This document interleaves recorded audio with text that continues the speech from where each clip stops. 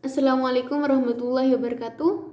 Saya Mei Yuliana, NIM E2018-2267. Di sini saya akan menanggapi terkait prinsip-prinsip ekonomi syariah, di mana di dalamnya sudah disampaikan bahwa yang menjadi tolak ukur kemajuan suatu negara itu dilihat dari segi ekonominya. Ekonomi sangat berpengaruh dalam kehidupan manusia, baik terhadap pendidikannya, militer, dan juga yang lain-lain. Dan di sana juga dijelaskan bahwa ekonomi Islam itu adalah satu ilmu yang mempelajari pengalokasian dan pengolahan sumber daya untuk mencapai falah. Nah, di sana saya sangat setuju karena supaya apa yang ada sumber daya yang ada di negara kita itu bisa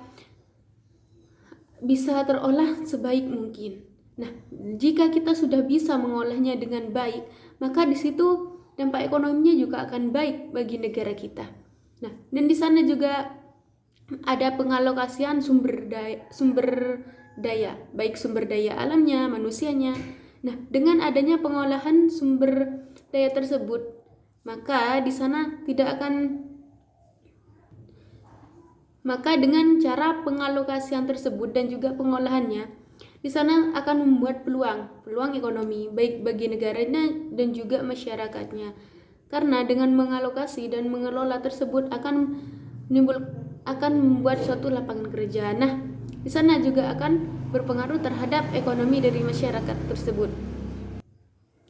Dan juga kita melihat bahwa prinsip-prinsip dari ekonomi Islam itu sendiri yaitu bebas dari maghrib, mesir, goror, dan riba. Namun, ketiga hal tersebut meskipun sudah menjadi prinsip, harus terbebas dari hal yang maghrib, tapi terkadang hal tersebut masih saja dilakukan oleh seseorang.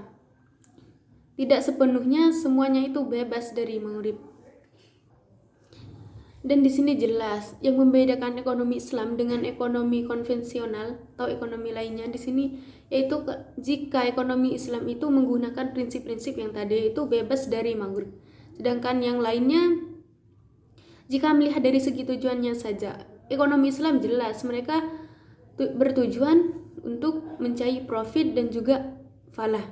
Sedangkan ekonomi yang lain hanya bertujuan profit oriented, yaitu mereka hanya berpandangan pada satu tujuan yaitu keuntungan. Nah, maka jelas dari sini yang menjadi tujuan utama ekonomi Islam itu adalah untuk mencapai falah, di mana bukan hanya kebahagiaan di dunia saja, tapi di sana juga mencakup dunia kebahagiaan akhirat dan juga kebahagiaan dohir dan batin. Bukan hanya dohirnya yang mendapat manfaat, tapi juga nanti batinnya juga akan merasakan senang. Mungkin hanya ini yang dapat saya sampaikan, kurang lebihnya mohon maaf. Wassalamualaikum warahmatullahi wabarakatuh.